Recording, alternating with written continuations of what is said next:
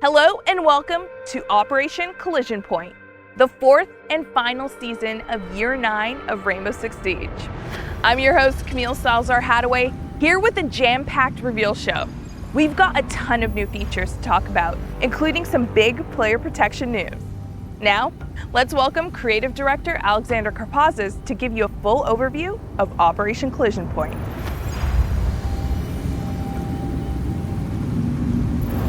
This is Operation Collision Point, and it's our grand finale of seasons in this year. It ends with a bang, and it brings to the table everything we've been working on together this past Year 9. We can't wait for you to get your hands on these new features. It starts with crossplay. We are allowing PC players and console players to finally play together with the crossplay feature, so that wherever you are, whatever platform, you can play together with your friends. You're going to see the reputation system come online with all of the feedback that you've provided us in the past. We are remastering Blackbeard, and he is the true point man in the Siege roster. Balancing teams bring some balancing changes too, not just for shields in general, but some other operators that you might see. We're so thankful for all of you who participated in the beta of Siege Cup. It launches for everyone in Season 4, so everybody can play Siege in tournament mode. You'll be able to playtest all of what we announce next week and let us know your feedback through our 6 Fix. So stick with us, we have a lot to cover, and stay tuned. With Operation Collision Point, friends who play on console and PC can now join together in lobbies to team up, hop into matches, and then crouch, teary-eyed, over each other's fallen operators while solemnly vowing to get the refrag. Here's UX designer Abhishek Agarwal with the details on this crossplay update. As we introduce PC and consoles crossplay, we know that fair play, especially cheating, is a concern. So we are excited to confirm that Mousetrap V2 will be a part of this feature to keep things balanced. We'll share more details about Mousetrap in our next segment, but for now, we are excited to bring crossplay between all platforms in Siege. Console players will have 3 pools to play in: the platform-specific pool, the consoles-only pool, and the PC crossplay pool. They'll be able to select that in the crossplay matchmaking setting in the options menu. To ensure a safe experience for console players in the PC pool, we have made console players indistinguishable from other PC players. Players will be able to invite each other seamlessly across PC and console platforms through Ubisoft Connect. Console players will be able to progress both their PC rank as well as their console rank by playing directly on consoles in the relevant pools. The Year 9 plans we revealed in Sao Paulo earlier this year included a lot of player protection features, and this season is the culmination of all those plans. Alexander Karpazis and UX designer Roland Poe are here to give you the full rundown. With the changes to crossplay, we're looking at Mousetrap now. Now that keyboard and mouse is allowed to play on console with PC players, we will be re-examining the way that we tackle players who try to circumvent that. We have a new 3-strike system that detects if you are playing with mouse and keyboard in the wrong player pool. And on the 3rd strike, you'll be moved to the PC pool for 90 days. Our machine learning model is constantly improving with players playing the game. So we're becoming more and more accurate over time. And the fact that we are releasing this now means that we're confident in the system detecting the right players. Cheat match cancellation is coming in Season 4. And that means we can react faster to detecting cheaters and getting them out of the game as soon as possible. If you're in a match with a cheater and they're banned, you will see the notification pop up and the match will be canceled. The player will be removed from the game, and every legitimate player will not be punished for canceling the match. Throughout Year 9, we've worked on the reputation system refresh. That means we've changed everything top to bottom, front to back. And everything starts with the actions that are tracked in-game. we're introducing a new concept called units. And these are standardized ways of understanding actions and act as the building block for your reputation. The goal of the reputation system is to catch recurrent and highly toxic players, guide and reward players who are showing positivity. And the way we're achieving that is looking over a long period of time to really understand a pattern of players' behaviors. Over the past 100 matches in 90 days, what has a player been up to? This means that a single errant grenade throw that bounces away you didn't expect isn't going to send your reputation plummeting. What will is repeated patterns of disruptions. We're introducing a new visualization called the standing map. This will show you your positive and negative units, as well as exactly where you are in the standing. So how close are you to achieving that next upper bracket? One final note is that with the launch of the refresh reputation system, everybody's scores is getting reset. That means you'll start the season with 0 positive units and 0 negative units. We really want you to engage with the system, understand it from the beginning. You helped us create this refresh system, and we'll be listening to your feedback once again, and together helping to create a safe and positive play space for everyone. Toxic communication is never acceptable. Full stop. And with Year 9 Season 4, Rainbow Six is taking a strong stance against toxic communication with the introduction of automated text chat moderation. And that means that every message that's sent in the text channel will be assessed, and those that are determined to be disruptive will either be flagged or prevented from being sent in the first place. And the way we determined which messages were disruptive was to assemble a diverse team and go through many different categories and establish varying levels of acceptability. A good rule of thumb to think about is if you were in this room with 9 other strangers, would you and they be okay hearing these things, saying these things? And if the answer is no, then those are the sort of messages that might get flagged or removed. If a player sends multiple flagged or removed messages during a match, they will be automatically muted for the rest of that match. If players show a repeated pattern of disruptive communication, they will face the preventative mute penalty, meaning they will be muted in both text and voice for 20 matches. We know that varying people are going to have different opinions on what is acceptable and not acceptable. And this is also a new system, but we are confident that it's the right step in securing text chat, and we'll be very closely listening to your feedback. That way, working in collaboration with you, we can make text chat a great place for everyone. I know you're eager for the big moment we've got coming up. And believe me, we have some exciting things to share. But before we dive into that, we've got a special surprise for you. A mid-reveal treat. It's Maestro, like you've never seen him before.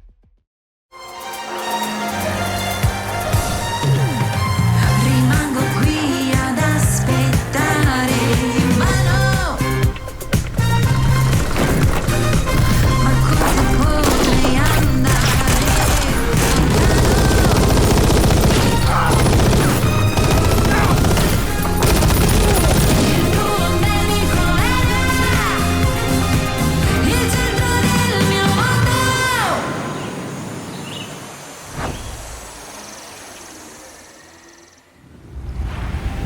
Even on vacation, he's so cool.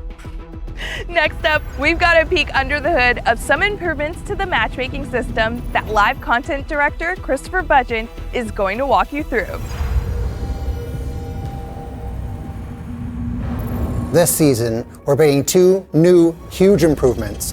One is team rebalancing, and the other is Phantom Player.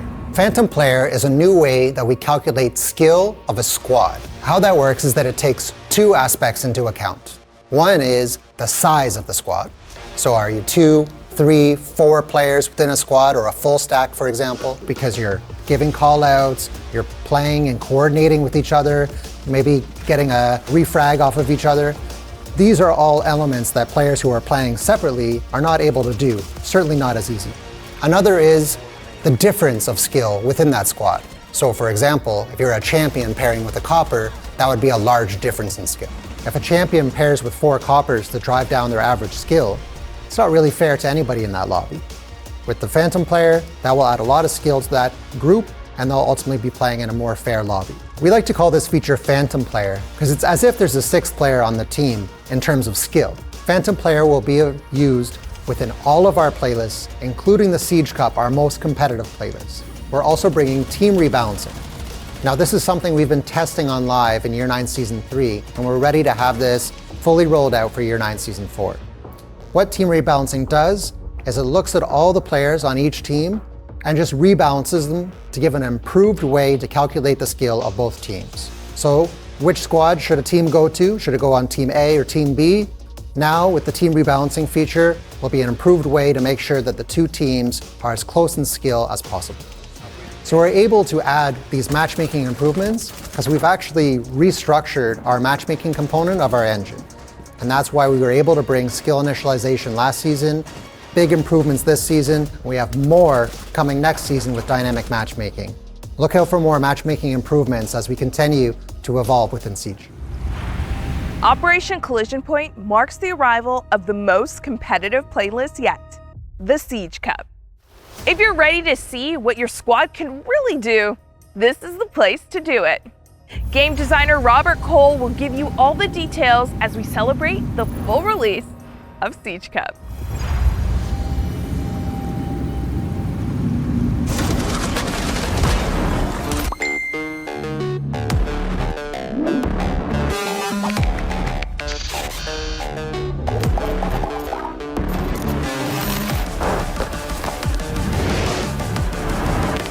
Let's do this. To locate a bomb. Swapping mags! He's upstairs. Reach that wall. Yeah, reach it. Down to 15 seconds. C4 and ping. Yes! Friendly is victorious. Hostiles eliminated.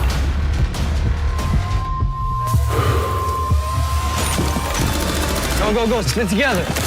Planting, make noise. 15 seconds. It's the final. Let's get the win. Friendly is victorious. Hostiles eliminated.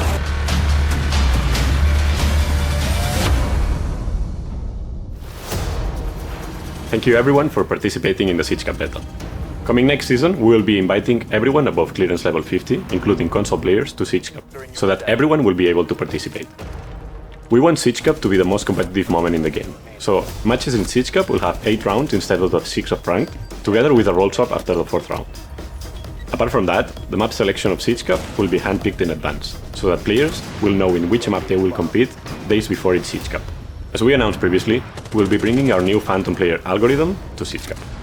This means that teams with big skill disparities will be placed in much harder brackets. The release of Siege Cup is a big milestone for us. But we're not stopping here. We have a big list of features and improvements to make it the best version possible. It's time to take a look at this season's bouncing update. And here's what we've got on the docket.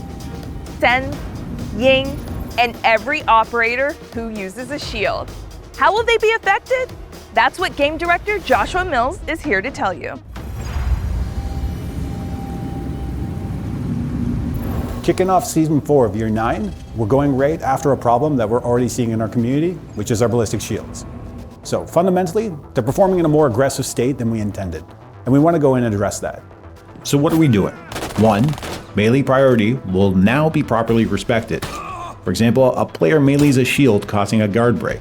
The shield user will no longer be able to cancel that shield break with their own shield bash. 2. Consecutive guard breaks will now have a stacking benefit. That defender can now increase the intensity of the guard break exponentially. Meaning if Monty does nothing, you will be able to achieve a 100% guard break opening even on an extended shield. 3. We no longer ignore guard break actions due to the animation. For example, you melee a blitz and the guard break animation plays. But as the shield is about to settle back down, you melee it again. Previously, that second melee would not have connected and the guard break animation would have completed with the shield settling. But now, that melee will connect and the guard break will be reset and have that increased intensity as mentioned before. Now jumping onto the shield mechanics themselves. Suppress the Fire is a tool to stop shield users from sprinting and closing the distance. Suppression will now require less bullets to trigger, from 10 to 5, and less bullets to reach the maximum intensity of suppression from 40 to 20.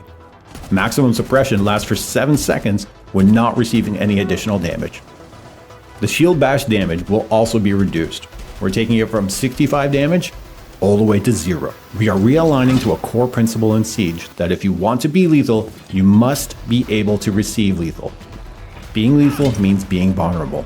The last change is that we're modifying the shield collision detection when shield bashing to more closely follow the detection used for knife melees.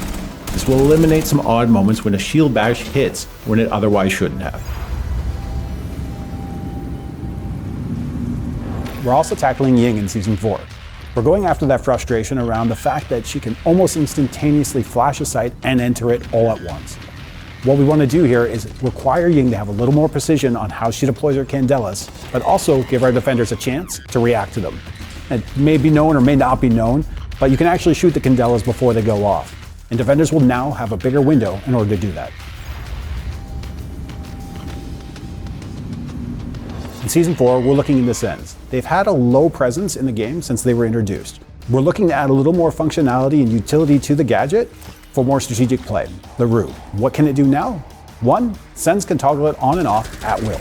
So if the wall's deployed, they can go ahead and turn it off. They can even deploy the gadget off and then turn it on whenever they feel like it. Additionally, the Rue emits a light wall, so it's not a smoke. All gadgets that can normally see through smoke will no longer be able to see through the wall. As we continue to enhance Siege, we're introducing something that will make every match count even more. The team is rolling out the beginnings of a new progression system to track milestones and achievements that you earn just by playing. To explain how it all works, please welcome UI artist Gaston Rojas. Our goal of introducing the badge system to Siege is to reward your long-term engagement by earning badges through in-game achievements. There will be badges for everyone, no matter your skill level, but mastery is highly rewarded. To unlock badges and upgrade them, you must complete different challenges. There are elimination challenges that require kills or assist with certain weapon loadout. There are also badges that you can unlock by playing with a full permit squad. Others that you can unlock on your own by making plays and using game tools like rappelling or drones. For now, there will be 22 badges and more on the way, with 4 different tiers to upgrade: bronze, silver, gold, and chrome. The more you progress on the challenges, the fancier the badges you will unlock. Career is a new player centralized hub that organizes replays, rank, reputation, and future stats into one place. This is just the beginning, so expect more additions to track your progress. Blackbeard. Once a feared point man, this operator has seen less action in recent years as the game has evolved. But now, it's time to bring him back into the spotlight.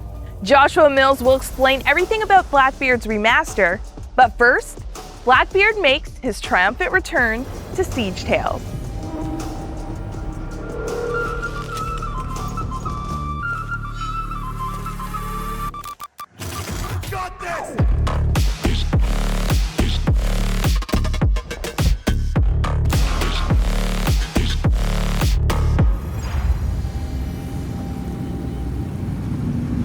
First off, Season 4, we're introducing our second remaster to the game. Now, somehow you all figured this out. I don't know how you figured it out, who told you or whatnot, but yes, it is in fact Blackbeard. In the past, we had issues right out of the gate with the fact that blocking a one-shot headshot in a one-shot headshot game is a serious problem. But additionally, being able to be fully protected and be lethal at the same time is another big problem. Being able to address both those is what we're doing with this remaster. New gadget, new gameplay, we've never seen this before. He's the guy that goes first in the door or through the wall. That's what the Hull Adaptive Shield can do now. Blackbeard can actually approach a soft wall and burst through it, taking that ground and running in first while leading his team. We want to really adapt the way he plays inside a building and how we can open up new lines of traversal. One of our key objectives with Blackbeard was to make sure he was the point man. We want him to be in the front line of the fire. That means he needs to be protected. Essentially, when Blackbeard wants to go combat ready, you simply ADS. And when you do that, the glass panel will slide down and reveal your target, but also expose Blackbeard. Now keep in mind that when Blackbeard can go lethal, he can receive lethal. The shield will drop, the gun will go in place, and he'll be able to be lethal, but he can receive damage. He'll be protected in the chest area, but of course, we all know where everyone's aiming. Reloads will not be safe reloads with Blackbeard. He'll need to take the time to reload in cover in order to make sure that he can do that while not exposing himself. He used to be the rappel king, being able to be on rappel, hold long sights, and be protected. We're bringing that back. Obviously with the change that when he goes lethal, that shield comes down and he can, in fact, be headshotted back or take damage back. Well, as far as getting up and meleeing Blackbeard, I highly recommend you don't do this because he still has all the same functionality of our ballistic shields. He can sure as hell melee you back. We did custom animations, new models, new gadget, you name it, it's all going in. And we wanted to make this one hell of a complete package. If you want to bring some serious firepower and some protection, you bring Blackbeard. And there you have it. Operation Collision Point is set to bring some of the most exciting updates and changes we've seen this year. From crossplay to player protection and the remaster of Blackbeard, we're excited for you to experience all the new content. It's been an incredible journey through year 9. Now, gear up for Operation Collision Point, and we'll see you in game.